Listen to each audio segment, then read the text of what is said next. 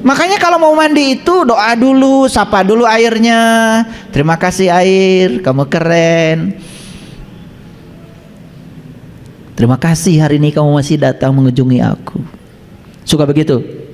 Boro-boro. Setelah itu kemudian disapa, air itu disapa. Ya, Bismillahirrahmanirrahim. Niat ingsun adus banyu suci. Suci dening banyu, suci dening Allah, suci badan rohani jasmani, jasmani roh idopi. Allahu Akbar. Niat ingsun adus banyu suci, suci dening Allah, suci badanku kabeh, mulia tan kenaning lara, mulia tan kenaning tua. Kun fayakun birahmatika ya arhamar rahimin. Niat ingsun adus banyu esuk mas gendega mas lulut. Niat ingsun adus banyu sekar staman siniramirah den lurupi inten sarining retna kumala dadaku biar cahyaku Muhammadiyat ya ingsun sejatining manusia. Ana sukma mangan cahya, ana cahya mangan sukma, sarining bumi sarining buana. Ya Allah kang meleksa jege. Leluhur kita di Nusantara itu ngajarin mandi aja selengkap itu.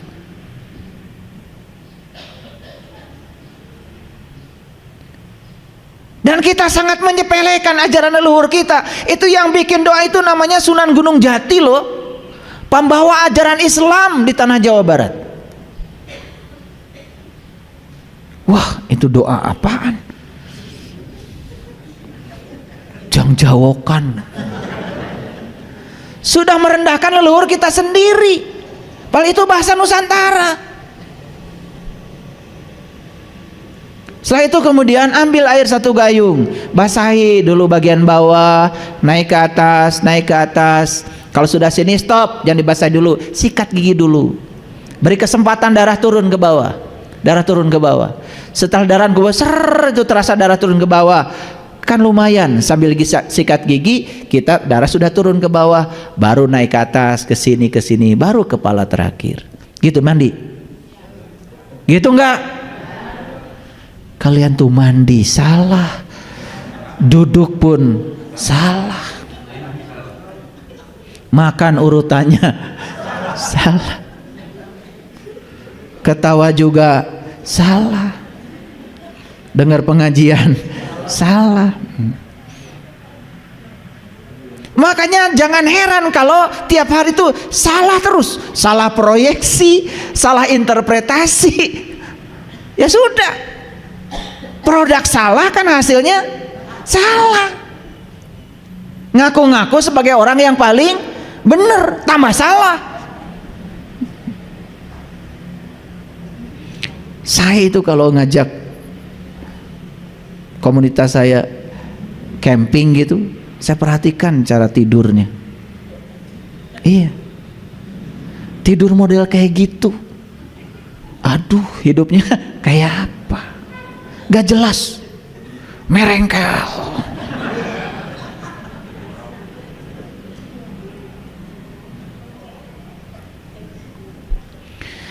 Pakai bantal sudah bertahun-tahun masih belum mengerti.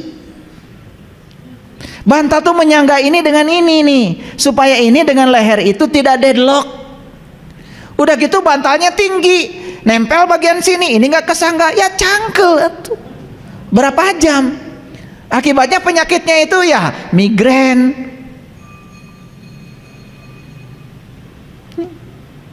Wajah-wajah migrain.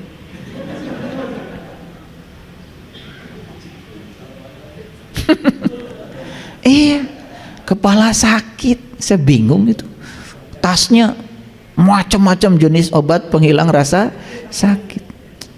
Ngakunya belajar meditasi. Kemana-mana bawa obat, sekantong. Luar biasa. Aduh, ya Allah, cing atau bodoh teh.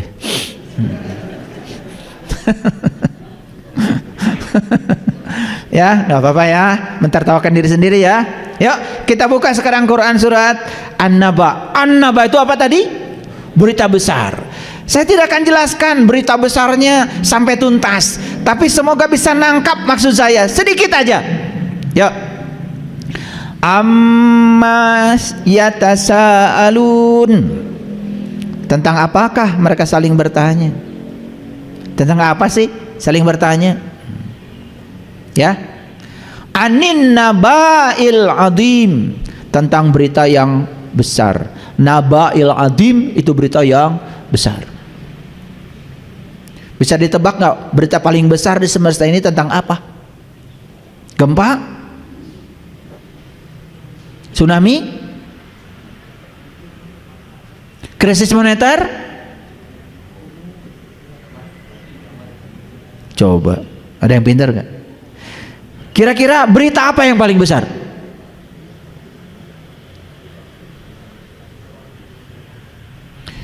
Bingung kalian tuh ya?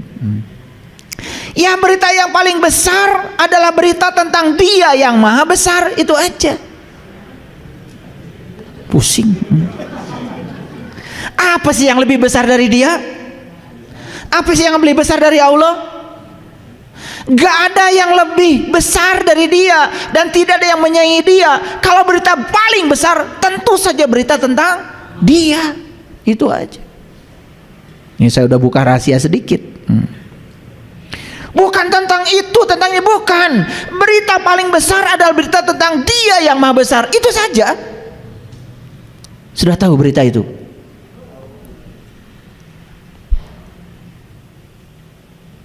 Karena Dia sudah berfirman dalam hadis qudsi, kuntu kanzan mahfian wa ahbabtu an urifa fa khalaqtu khalqan. Aku adalah suatu perbendaharaan yang tersembunyi. Aku ingin agar aku dikenali, maka aku ciptakan kalian semua agar dengan ciptaan itu kalian bisa mengenali aku. Jadi berita yang paling besar itu adalah berita tentang Dia yang maha besar. Apa beritanya? Karena Dia itu menciptakan alam semesta ini cuma satu tujuan, hanya ingin dikenal. Wa ahbabtu an urifa, aku rindu untuk dikenal. Dia maha pencipta, maka mewujudkan dirinya sebagai pencipta. Dalam ciptaannya tersimpan kebesarannya. Tidak mungkin seorang pelukis mengatakan, saya seorang pelukis, keheula. Mana lukisan Anda? Baru akan bikin, aduh, kakak rek nyieun bilang pelukis. Nggak bisa. Disebut pelukis kalau dia memang sudah melukis. Disebut dia itu adalah seniman kalau dia memang sudah menghasilkan produk seni. Kalau dia belum menghasilkan produk itu, berarti dia tidak sedang mengenalkan dirinya. Dia sama pencipta, tidak sekedar saya yang menciptakan, tidak. Dia mengenalkan dirinya dengan semua ciptaannya. Dia yang maha agung, dia mengenalkan diri dengan segala keagungannya. Dia yang maha welas maha asih, dia mengenalkan diri dengan welas asihnya. Itulah Allah, semuanya nyata. Jadi kalau ada orang mengatakan Allah itu gaib, karena dia belum bisa melihat saja. Gaib bagi yang tidak tahu. Allah itu bukan maha gaib, Allah itu maha nyata. Kemanapun kalian memalingkan wajah, kata Allah, kalian akan selalu mendapati wajahku. Lanjut dulu. Alladzi hum fihi mukhtalifun. Dan mereka masih pertentangkan, masih perselisihkan tentang ini, tentang berita besar ini.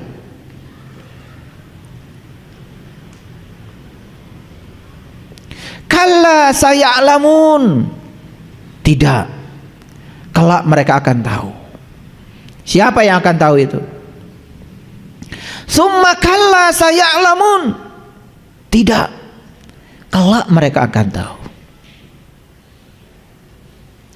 Saya kasih tahu, siapapun orang yang sudah tahu berita besar ini, dan sudah tahu berita besar ini ada dalam dirinya,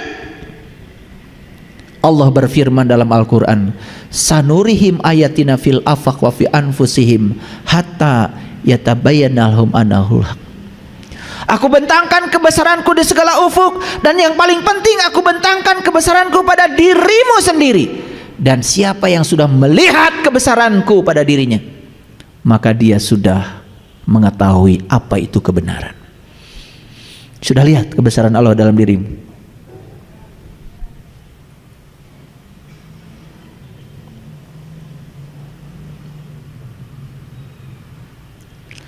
Alam naj'al lil ardo mihada. Bukankah kami telah menjadikan bumi itu sebagai hamparan? Wal jibala autada, dan gunung-gunung sebagai pasak. Kalau kita berbicara bumi, pasti langsung tertuju pikiran kita ke bumi. Kalau berbicara gunung, selalu pikiran kita tertuju kepada gunung, Gunung Galunggung, Gunung Merapi. Subhanallah. Kata gunung di Quran itu kata yang sangat spesial. Ketika Nabi Musa minta melihat Tuhan, ya Tuhanku, nampakkanlah diri Engkau kepadaku agar aku dapat melihatmu. Itu di Quran surat Al-A'raf ayat 143. Apa kata Tuhan? Kamu tidak akan sanggup melihatku Musa, tapi lihatlah ke gunung ini. Disuruh melihat gunung malah. Ketika gunung itu masih berada di tempatnya, niscaya kamu dapat melihatku. Lalu Allah berfirman, falamma tajalla rabbuhu lil jabal, ketika Tuhan bertajali di gunungnya Musa, saat itu Musa mengalami fana. Yang terdekat dengan dirinya saja tidak ingat, bahkan dia pingsan dan mengatakan, qala subhanaka tubtu ilaika wa ana awwalul mu'minin. Jadi itu pengalaman Musa saat minta melihat Tuhan, dan kemudian Tuhan bertajali di gunung. Apa kalau gitu gunung? Gunung bukan itu. Gunung adalah kesadaran puncak yang ada pada diri manusia. Gunung adalah sidrah al-muntahanya manusia. Itu berita besar. Ini berita besar. Kalau kita sudah bisa menyaksikan tajalinya Allah di puncak kesadaranmu, baru akan bisa melihat tak terbatasnya hamparan dalam dirimu. Ternyata tubuh ini bukan sesuatu yang terbatas, tapi tubuh ini sesuatu yang tanpa batas. Ternyata yang ada dalam tubuh kita bukan sesuatu yang terbatas, tapi sesuatu yang tanpa batas. Baru ucapan Allahu Akbar itu menjadi bermakna dan ada rasanya. Wa khalaqnakum azwaja, dan kami jadikan kamu berpasangan. Selama ini ketika kita mendengarkan kata pasangan di Quran, selalu aja suami istri. Suami istri itu pilihan. Pasangan itu jasmani dan ruhani, Adam dan Hawa. Karena kita itu datang ke dunia sudah berpasangan, ada jasmaninya, ada ruhaninya. Ini pasangan sudah sempurna. Separuh jiwaku ada padamu, makanya hati-hati. Jadi aja kamu hidupnya separuh jiwa. Lah iya, setengahnya ada pada orang lain. Hidup macam apa seperti itu? Makanya dia tidak pernah mengalami kesempurnaan, tidak bisa menerima dirinya apa adanya. Bahagia pun harus bergantung pada orang lain. Ketika separuh jiwa ditaruh di orang, dan orang yang kita tempatkan separuh jiwa kita itu tidak seperti yang kita mau, langsung jungkir balik, menderita hidupnya. Betul? Kita ini sudah utuh, sudah berpasangan. Lihat saya semua. Adam di sini, Hawa di sini. Ketika Adam dan Hawa serasi, pikiran, jiwa, fisik serasi, adem. Itu namanya surga. Lagi tenang seperti ini, tiba-tiba ada orang datang membawa berita buruk. Bu, kata si Anu, ibu itu katanya ini.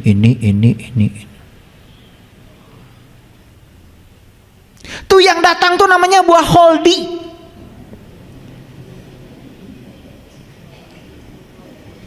Begitu datang itu berita, langsung ditangkap oleh pikiran. Dek.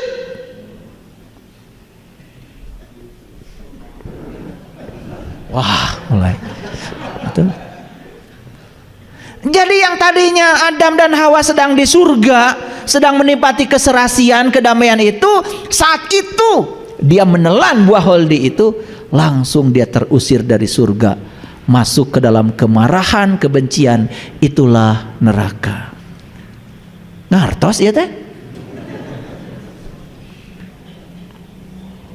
Quran itu kontekstual, konseptual, bukan cerita sejarah masa lalu.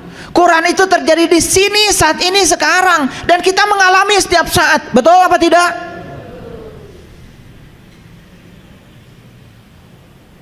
Sering di mana kalian tuh? Di surga apa di neraka? Sebenarnya saya malas nanya gini.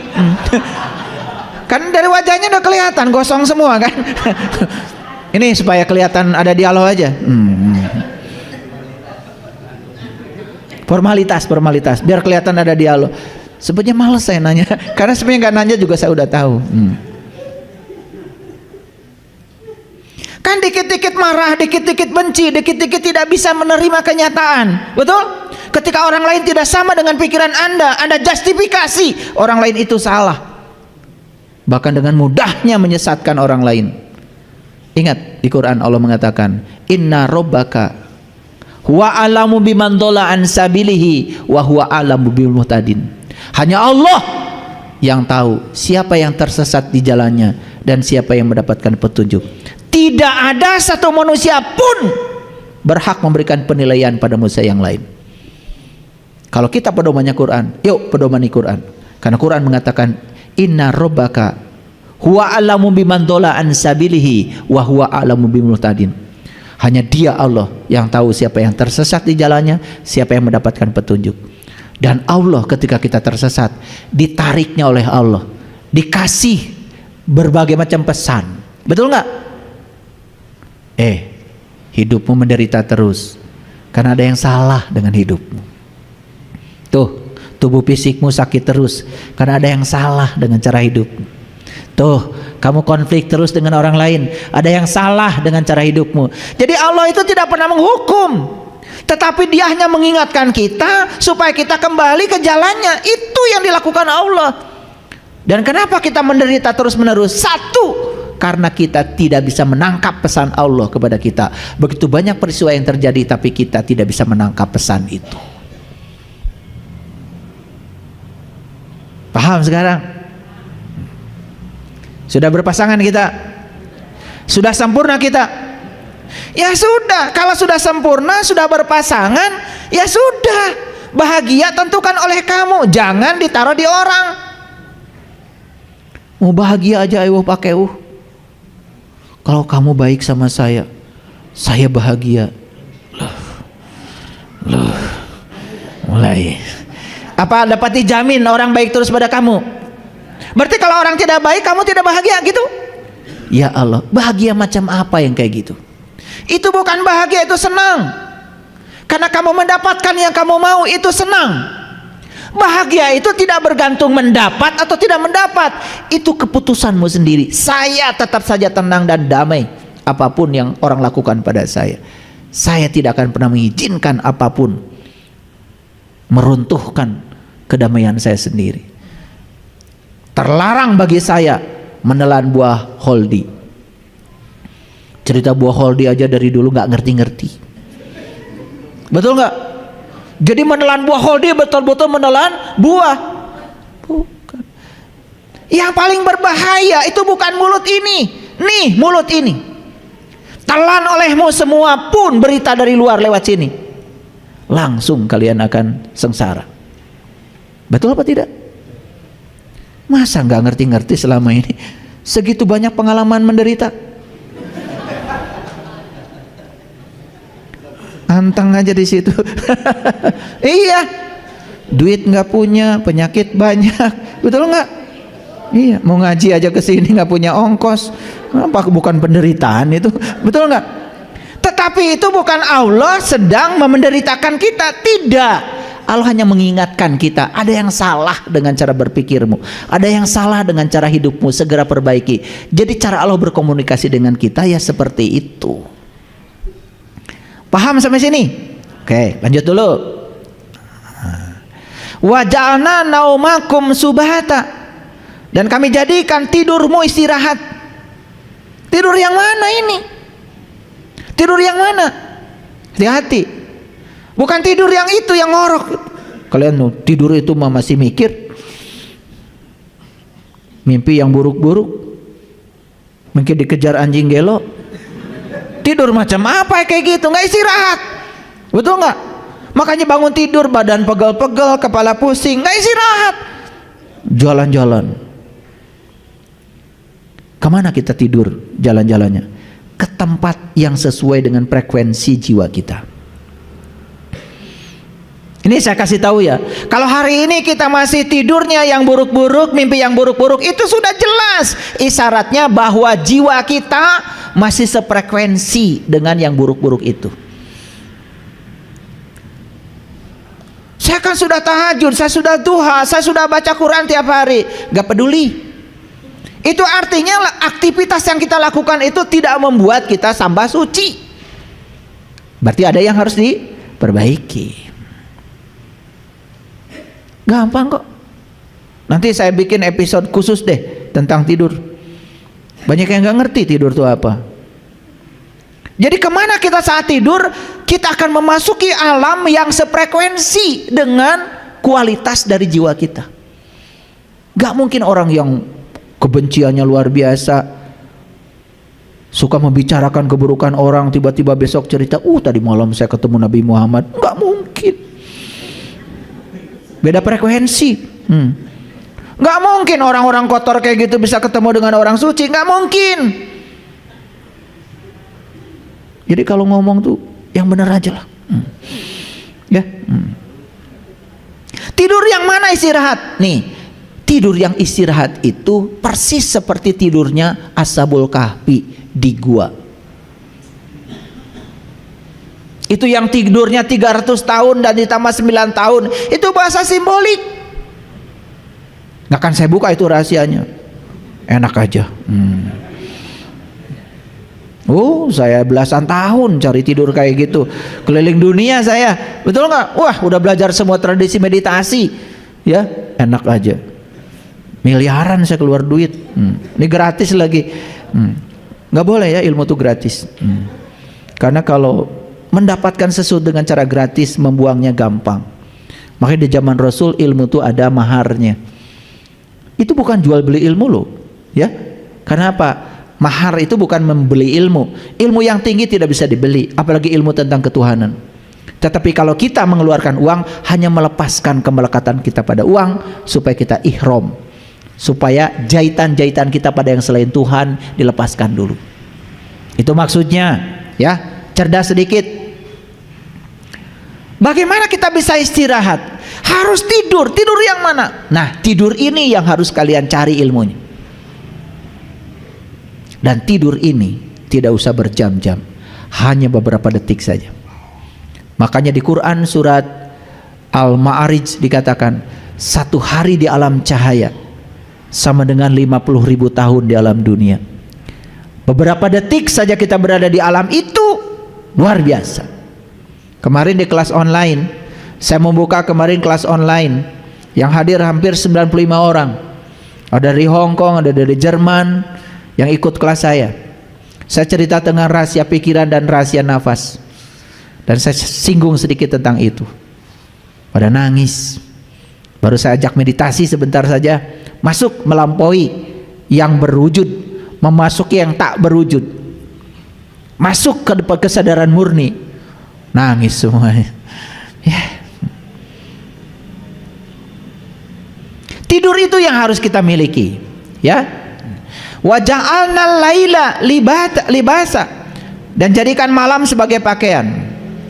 Apa sih malam itu? Kenapa malam harus jadikan pakaian? Apa artinya malam? Malam itu identik dengan kegelapan. Dan jangan lupa loh, kegelapan itu abadi. Saya tanya sekarang, ada gelap nggak di ruangan ini sekarang? Ada. Lo nggak kelihatan karena sedang terhalang oleh sinar matahari. Begitu sinar matahari nanti tidak ada lagi, kan gelap ada. Alam semesta ini sebetulnya diliputi oleh kegelapan. Bahkan matahari pun tinggal dalam kegelapan. Kenapa disebut pakaian? Pakaian itu sesuatu yang menutupi.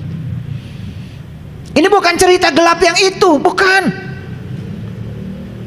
Cari ilmunya. Ini berita besar loh. Ya.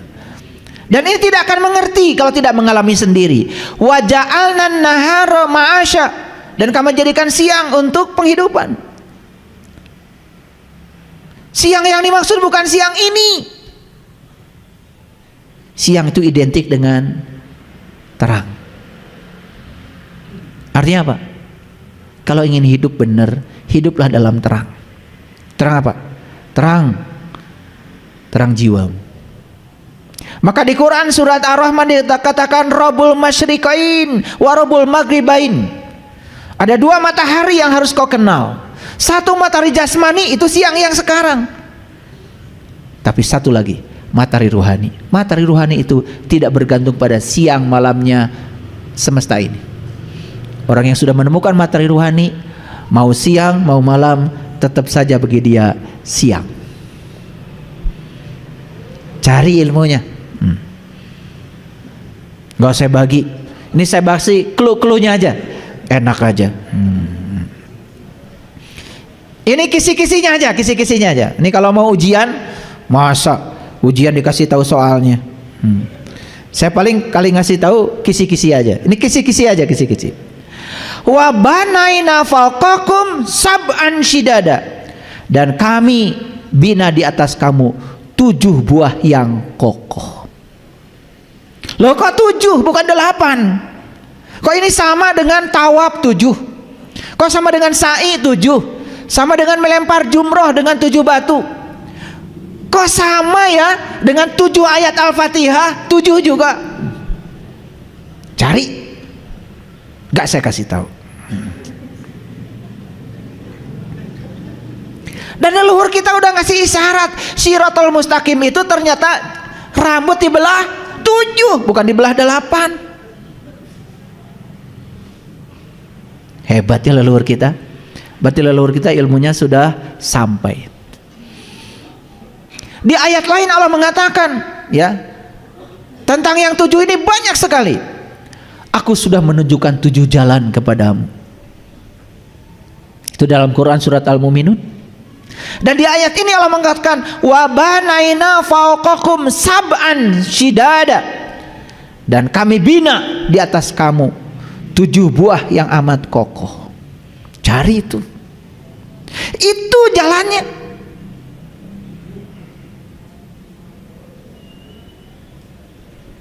Itu yang disebutkan Shiratal Mustaqim. Tahu Shiratal Mustaqim? Shiratal ladzina an'amta alaihim, jalannya orang yang mendapat nikmat. Jadi kalau kita ingin dapat nikmat yang sebenarnya, Allah sudah ngasih jalan di sini. Wa banaina fawqakum sab'an sidada. Keren banget ya. Ketika kalian sudah bisa menapaki perjalanan ke dalam diri, apa yang terjadi? Wa ja'alna sirajau wahaja, dan kami jadikan pelita yang amat terang. Kalau sudah ketemu pelitanya, Allahu nurus samawati wal ardh, masalu nurihi kamishkatin fiha misbah, al misbahu fi jujaja, ajujajatu ka'annaha kaukab. Allah adalah cahaya langit dan bumi. Perumpamaan cahayanya seperti yang bisa kau saksikan dalam mishkat, relung cahaya yang ada dalam dirimu. Di dalamnya ada pelita besar. Pelita itu dalam kaca, kaca laksana bintang yang berkilauan seperti mutiara. Itulah yang disebut dengan nur ala nur, cahaya di atas cahaya. Yahdillahu li nurihi may yasha, dan Allah akan menunjukkan pada cahaya siapa saja yang dikehendakinya. Mau dikehendaki oleh Allah? Mau dikehendaki oleh Allah? Tahu caranya. Punya kehendak. Allah itu hanya menghendaki mereka yang punya kehendak. Karena kudrat dan iradatnya Allah sudah ditiupkan dalam ruhmu, dalam ruhku, yang Allah tiupkan ke dalam diri kita. Jadi saat tubuh ini sudah sempurna, Allah tiupkan ruhku. Saat ruhku ditiupkan, kudrat dan iradatnya Allah dititipkan sebagian kepada kita. Makanya kita boleh berkehendak. Ketika kehendak kita dikehendaki oleh Allah, timbullah pertemuan dua kehendak. Sama seperti sekarang, saya ada kehendak mengajar, Bapak Ibu ada kehendak belajar. Terjadilah proses belajar mengajar. Hilang aja salah satu kehendak, bisa terjadi ini? Gak bisa. Kalau saya nggak mau ngajar, nggak ada kajian ini hari ini. Betul? Jadi Allah tuh menghendaki bukan semena-mena. Allah menghendaki mereka yang punya kehendak. Apa artinya? Allah ingin semua dimulai dari dirimu sendiri. Kembali lagi pada judul kita. Telur pecah dari dalam jadi kehidupan. Tapi telur pecah dari luar jadi dadar telur. Silahkan, mau jadi kehidupan atau dadar telur? Pilih. Pecah harus dari dalam. Oke? Oke. Udah mulai ya? Judulnya udah mulai tersambung ya? Oke. Ketika kita sudah bisa menemukan yang 7 kata Quran ini, berita besar ini, maka kamu akan melihat pelita yang amat terang. Wa ja'alna sirajau wahaja. Kalau sudah ketemu pelita yang terang, maka hidupmu tidak akan gelap gulita lagi. Wa anzalna minal mu'syirati ma'an sajjaja. Dan kami turunkan dari awan air yang tercurah. Lihat saya semuanya sekarang. Air tadi ada berapa? 2. Satu air jasmani untuk kehidupan jasmani. Tapi ada satu air lagi yang namanya air ruhani. Itu untuk kehidupan ruhani. Tubuh yang berasal dari tanah butuh air yang jasmani. Tetapi jiwa kita yang terbuat dari cahaya, nur ala nur, makanannya bukan air itu. Jiwa kita adalah cahaya, makanannya adalah cahaya. Makanya di doa mandi yang saya bacakan tadi, ana sukma mangan cahya, ana cahya mangan sukma, sarining bumi sarining buana, ya Allah kang melek sakjege. Orang yang sudah di level itu melek selamanya, itu namanya eling lan waspodo. Itu yang disebut dengan mawas diri. Gak akan terjatuh kalau sudah di situ. Gak akan. Bisnis berhasil biasa, bisnis gagal biasa.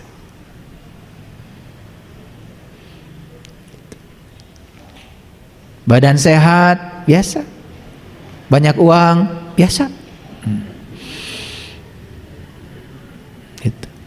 Paham ya? Nah, jadi sudah biasa aja di segala situasi, udah tenang. Itu yang disebut dengan sudah mencapai ketenangan jiwa. Itu yang dipanggil oleh Allah.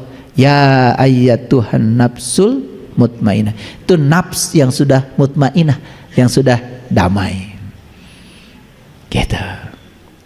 Jadi kami turunkan dari awan air yang tercurah. Tentu saja. Awan itu apa? Tahu awan? Tahu awan? Apa kalau tahu? Awan itu cuma 2. Ada yang putih, ada yang hitam. Betul? Jadi orang yang sudah sampai di kesadaran ini, mau putih, mau hitam, mau dikehendaki atau tidak dikehendaki, selalu tercurah hikmah bagi dirinya. Gitu. Bisnisnya sukses, hikmah. Bisnisnya gagal, hikmah. Orang baik, hikmah. Orang jelek, hikmah. Itu namanya semua awan bagi dia sudah menjadi curahan hikmah. Wah, tubuh subur. Orang yang seperti ini sudah tingkatan sekolahnya S4. Susah senang, susah senyum, senang senyum. Jadi artinya sudah tidak ada susah, tidak ada senang, karena dua-duanya senyum.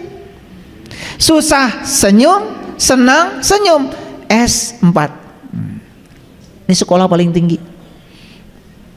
Jadi salah kalau mengatakan sekolah paling tinggi S3, S4. Kalau baru S3, satu tahap lagi kalian harus sekolah.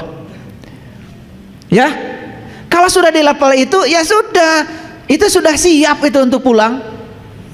Udah siap pulang itu, udah berserah diri itu seutuhnya. Ya. Nah, baru masuk ayat yang ke-15. Linukhrija bihi habbabu wa nabata. Supaya kami tumbuhkan dengan air itu biji-bijian dan tumbuh-tumbuhan. Lihat saya semuanya. Kenapa gersang ini? Karena satu, tanahnya ini kurang baik. Dua, jarang terkena oleh hujan. Gitu aja. Hujan apa? Yang dimaksud hujan di sini adalah ma'ul hayat, air kehidupan. Itu yang akan menghidupkan jiwa. Jadi banyak orang yang cuma hidup jasmaninya tapi mati jiwanya. Karena apa? Sering kena air jasmani tapi tidak pernah kena air ruhani. Wudunya hanya kena air jasmani, air ruhaninya tidak pernah kena. Lihat kata-kata Rasul, ketika air jasmani nempel di wajahnya, doa beliau apa? Ya Allah, putihkan wajahku dengan cahaya. Padahal air yang nempel ke sini kan air dari air wudu. Tapi doanya kenapa tidak mengatakan ya Allah putihkan wajahku dengan air wudu ini? Yang nempel di sini air wudu, tetapi yang meluncur dari mulutnya beliau, ya Allah putihkan wajahku dengan cahaya. Paham ya? Paham? Jadi kita harus kenal berapa air? 2 air. Sudah kenal dua-duanya? Sudah kenal dua-duanya?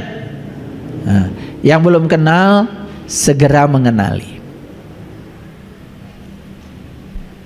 Jadi kesimpulan sebelum saya lanjutkan, pecah dari dalam jadilah kehidupan, pecah dari luar jadilah kematian. Yuk jujur, selama ini kita beragama dari dalam atau dari luar? Dari luar. Betul? Jujur ya. Selama ini yang menggerakkan kita sholat apa? Ingin pahala, takut siksa. Luar apa dalam? Luar. Betul? Kalian tuh gak mau sholat karena tidak merasakan enaknya sholat, tapi malu sama tetangga. Luar ke dalam, dalam keluar. Malu sama tetangga berarti dari luar. Sebetulnya males Jumatan, cuman teman-teman udah bawa sajadah di kantor, betul? Akhirnya malas-malas pun paling belakang lagi. Padahal di sini dongol. Nyampe di masjid, imamnya, khotibnya, ceramahnya panjang, tambah kesel. Begitu sholat, bacaannya panjang, surat Al-Baqarah, tambah kesel. Jadi kita jadi menyiksa diri sendiri. Kenapa? Karena sebetulnya yang menggerakkan kita adalah faktor eksternal, bukan internal. Mohon maaf saya bicara begini, saya pernah berada di situasi itu. Jadi pengalaman. Makanya saya jadinya nggak mau sekarang membodohi diri saya sendiri.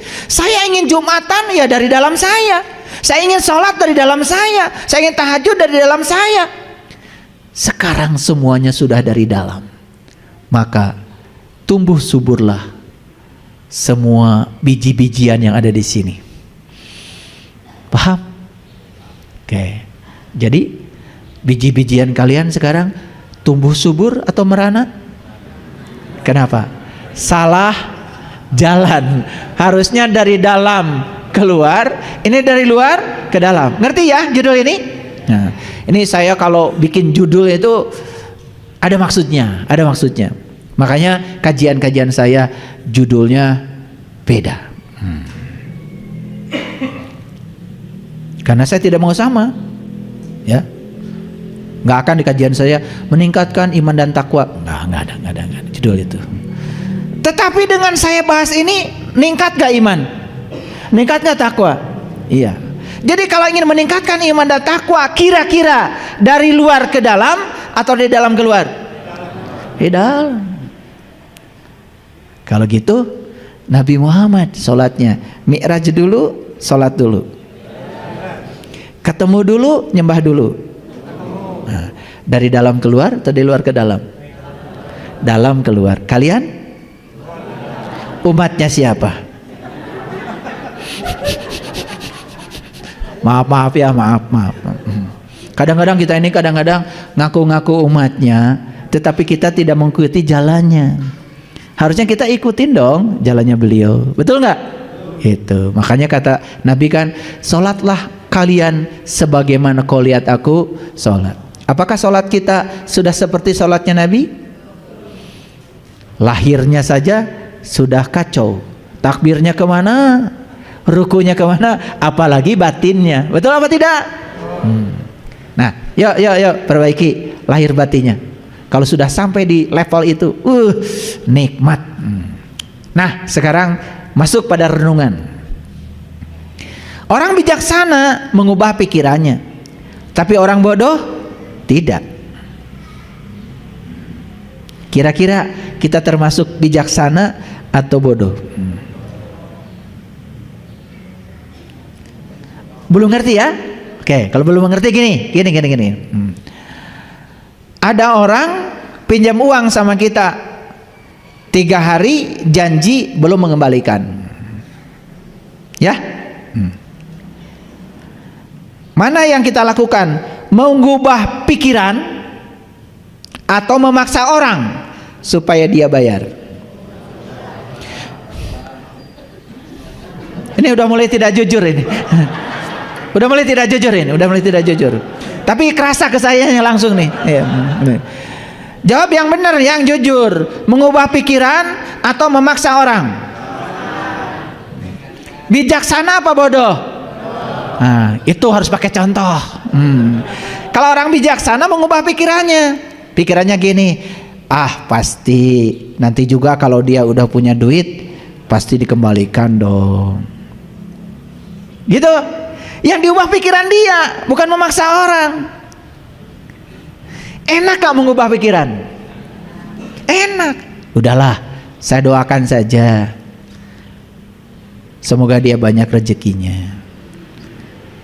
Saldonya nambah, utang sama saya selesai. Kalaupun nggak bisa bayar, ya nggak seberapa. Kan duit saya dari Allah lebih banyak daripada ini pinjam sama dia. Coba. Mengubah pikiran itu adem. Ini namanya memecahkan telur dari dalam. Nah, kalau tidak dikasih contoh kayak gini kan kalian bingung ya. Belum ngerti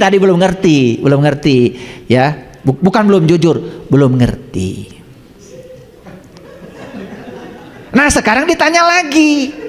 Jadi kalau ada orang pinjam uang, kemudian dia 3 hari belum bayar, perjanjiannya 3 hari, mengubah pikiran atau memaksa orang harus bayar sambil marah-marah? Jujur. Sudah mulai ya, tambah tidak jujur. Ya setelah ini begitu kan? Setelah ini, kemarin wah, sudah keluar kata-kata umpatan, betul? Luar biasa. Saya pernah, ini pengalaman ya, saya pernah punya utang 40 juta, kemudian harus bayar 570 juta.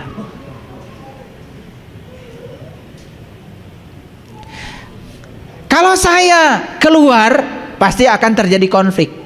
Tapi saya subah pikiran saya. Pikiran saya begini, stop ya utangnya, saya bikin pengakuan utang. Saya tanda tangan. Stop ya, jangan jalan lagi segini. Doakan saya ya, punya kemampuan membayarnya. Saya ubah pikiran saya. Ini nggak main-main nih, Allah ngasih tantangan sama saya. Dan pasti Allah itu ngasih caranya sama saya. Begitu saya bilang, Engkau yang akan ngasih caranya ya Allah. Saya tidak melihat saldo saya hari ini, tapi saya melihat saldo di rekening Allah yang luar biasa tanpa batas. Hanya dalam waktu sekejap saya punya uang sebesar itu. Saya kresekin, saya kasih. Jadi mengubah pikiran itu selalu keren. Kira-kira kalau seperti saya 40 jadi 570 siap?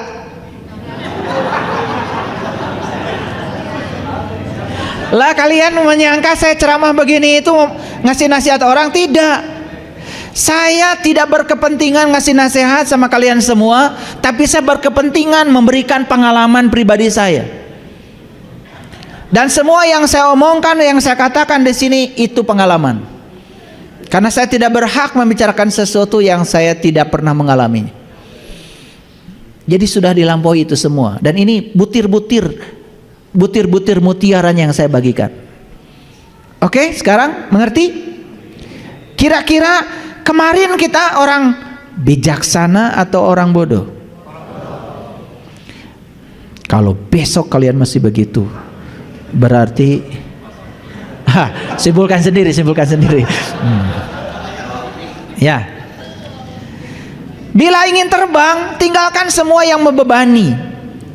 Kenapa kita selama ini merangkak tidak bisa terbang? Terlalu banyak bawaan. Karena kita terlalu banyak melekat pada sesuatu. Makanya belajar melepaskan. Belajar melepaskan. Air yang ada di saya ini ringan, cuma 600 mili. Betul? Kalau saya pegangnya sebentar, gak masalah. Gak masalah. Mohon maaf, tangannya gini Pak. Ya, enggak, tunggu aja. Kan semua harus dialami, nggak boleh teori.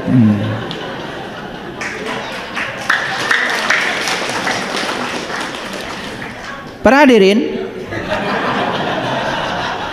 perubahan itu menyakitkan, tapi tidak ada yang lebih menyakitkan daripada bertahan pada tempat yang bukan milik kita. Lihat saya semuanya. Perubahan itu menyakitkan, tetapi tidak ada yang lebih menyakitkan daripada bertahan pada tempat yang bukan milik kita. Kita ini selama ini sering tinggal di tempat yang bukan tempat kita. Pura-pura baik, pura-pura menyenangkan, pura-pura soleh, pura-pura hebat, padahal semuanya sedang menipu diri kita sendiri. Daripada kita tinggal di tempat yang bukan milik kita, yuk kita sekarang pindah ke tempat kita sendiri. Artinya apa? Jadi diri sendiri. Pegal Pak? Oke, kasih ya Pak. Oke, tepuk tangan dulu. Jadi apa masalah kita? Masalah kita bukan air segede ini, kelamaan pegang. Jadi sebetulnya kita ini selama ini ya menganggap masalah itu adalah objeknya. Padahal air ini dipegang sebentar nggak masalah. Tapi tadi dipegang agak lama, pegal Pak. Jadi sebetulnya yang menimbulkan pegal itu berat air ini atau lamanya pegang air? Kelamaan. Jadi sebetulnya yang kalian membuat bermasalah dalam hidup itu kelamaan megangnya. Lah iya, orang yang menyakiti kita, dia aja udah lupa sama kita masih ingat sama dia, kelamaan. Betul apa tidak? Lah iya, kelamaan. Ya wajahnya kayak gini kalau kelamaan, pucat. Nah, kita selama ini tidak tinggal di tempat kita. Selama ini kita tinggal di tempat yang bukan milik kita. Maaf ya, berpura-pura. Sepanjang kita beragama berpura-pura, padahal kita sebenarnya tidak menikmatinya, sepanjang itu tidak akan pernah mengubah kesadaran kita. Maka saya mengajak, yuk mulai beragama seperti yang diajarkan para nabi, para rasul. Mulai dari dalam. Makanya Nabi Muhammad bilang, awaluddin ma'rifatullah. Awalnya agama adalah mengenal Allah. Mereka yang tidak bisa mengubah cara pikir, tak akan bisa mengubah apapun. Yang tidak bisa mengubah cara berpikirnya, dia tidak bisa mengubah apapun. Tadi sudah saya kasih contoh mengubah cara pikir. Tadi contoh sederhana kan? Contoh sederhana, ya. Saya hilang mobil, dipinjam tetangga. Mobil baru loh, 1,5 bulan. Sampai sekarang nggak balik. Alhamdulillah, alhamdulillah. Saya alhamdulillah. Kenapa? Waktu itu kejadiannya begini. Saya itu kalau jalan-jalan ke mall sama istri saya, anak saya, waktu nggak punya mobil, anteng. Tapi begitu punya mobil, sebentar-sebentar ke parkiran. Istri saya bilang, ya setelah punya mobil ayah jadi susah katanya. Alhamdulillah itu mobil saya dipinjam tetangga hilang sampai sekarang. Tetapi kesusahan saya yang itu sudah tidak ada lagi. Jadi saya tahu cara Allah membebaskan kemelekatan saya pada mobil saja. Saya harus kehilangan mobilnya. Jadi untuk perubahan itu mahal. Sekarang saya punya mobil, dipakai siapapun, dipakai anak saya, dipakai siapa, anak saya bilang, ya mobil kejedot, gak apa-apa, kan dipakai. Jadi pikiran yang diubah semuanya jadi anteng, betul nggak? Ya namanya mobil dipakai, ya nggak apa-apa, ada asuransi. Tapi waktu pikiran tidak diubah, berat semuanya. Ngerti maksud saya? Itu sebabnya mereka yang tidak bisa mengubah cara pikir tak akan bisa mengubah apapun. Lagi-lagi memecahkan telur dari dalam. Semua hal terasa sulit sebelum menjadi mudah. Betul? Semua hal terasa sulit sebelum menjadi mudah. Kenapa? Sulit itu di awal aja kok. Mengubah cara pandang ini sulit memang di awal, tapi kalau sudah terbiasa semuanya menjadi mudah. Bukan menjadi kesulitan lagi. Makanya saya bilang, buat apa marah? Kan lebih bagus memaafkan. Buat apa menyalahkan? Kan lebih bagus memahami. Betul nggak? Iya, gitu aja kok. Sesederhana itu. Makanya orang bodoh tidak akan bisa menerima orang pintar, karena belum pernah pintar. Tapi orang pintar keterlaluan kalau tidak bisa menerima orang bodoh, kan pernah bodoh. Betul nggak? Nah, ciri orang pintar itu bisa menerima orang bodoh apa adanya. Jadi kalau ada orang pintar bilang bodoh kamu, yang gitu aja, dia nggak pintar, nggak pintar, berarti dia masih bodoh. Mau disebut pintar? Mau? Terima orang bodoh apa adanya. Mau disebut orang sadar? Terima yang tidak sadar apa adanya. Betul nggak? Lah kalian itu kan begitu ada orang yang dianggap salah olehmu, dianggap tidak sadar, langsung dimarahin kan? Kalau kalian masih marah sama orang yang tidak sadar, kalian belum sadar. Ciri orang yang sadar, dia bisa menerima orang yang tidak sadar apa adanya. Kenapa? Karena dia pernah tidak sadar. Kasihan loh, orang sadar, orang yang tidak sadar kan belum pernah sadar. Jangan dipaksa. Jadikan perubahan sebagai aturan. Ini penting. Bukan sebagai pengontrol. Yuk lihat saya semuanya. Jadikan perubahan sebagai aturan, bukan pengontrol. Maksudnya apa? Perubahan ini sudah aturan alam. Tidak ada yang tetap di alam ini. Kalau perubahan itu sudah menjadi aturan, ikut saja aturan alam. Makanya kita harus punya kemampuan beradaptasi dengan perubahan daripada perubahan mengontrol kita. Nah, banyak orang yang masih dikontrol oleh perubahan, sehingga apa? Dia tidak siap untuk berubah. Karena apa? Dia menganggap perubahan itu sebagai musuh. Akibatnya dikontrol oleh perubahan. Sekarang yuk kita yakini kalau perubahan itu adalah aturan. Banyak yang mengatakan bahwa waktu mengubah banyak hal, tetapi sebenarnya kita harus mengubahnya sendiri. Jadi jangan menunggu sesuatu dirubah oleh waktu. Lebih bagus diubah oleh diri kita sendiri. Hanya diri kita yang bisa mengubah hidup kita. Tidak ada orang lain yang bisa melakukannya untuk kita. Mau berubah? Hanya diri kita yang punya kemampuan merubah. Orang lain tidak bisa melakukannya untuk kita. Pada saat tertentu kita memiliki dua pilihan. Untuk melangkah ke depan menuju pertumbuhan atau mundur ke belakang menuju kenyamanan. Pilih mana? Pilih mana? Nah, kalau kita memilih pertumbuhan berarti melangkah ke depan. Kalau kita memilih kenyamanan berarti melangkah mundur ke belakang. Dan orang yang memilih kenyamanan tidak punya pengalaman baru. Hidupnya tidak variatif. Gitu-gitu aja. Ya, kayak patung. Makanya patung haram. Nah, yang haram itu bukan patungnya. Sifat kita yang tidak mau berubah. Itu patung yang dibikin oleh ahli seni tidak berbahaya. Yang berbahaya itu adalah sifat kita yang tidak mau berubah. Itu yang haram. Setiap orang berpikir untuk mengubah dunia, tapi tidak ada orang yang berpikir untuk mengubah dirinya sendiri. Yuk sekarang tidak usah bikin organisasi ini, organisasi itu untuk mengubah dunia. Gak usah. Ubah aja diri kita sendiri. Saya cuma khawatir aja.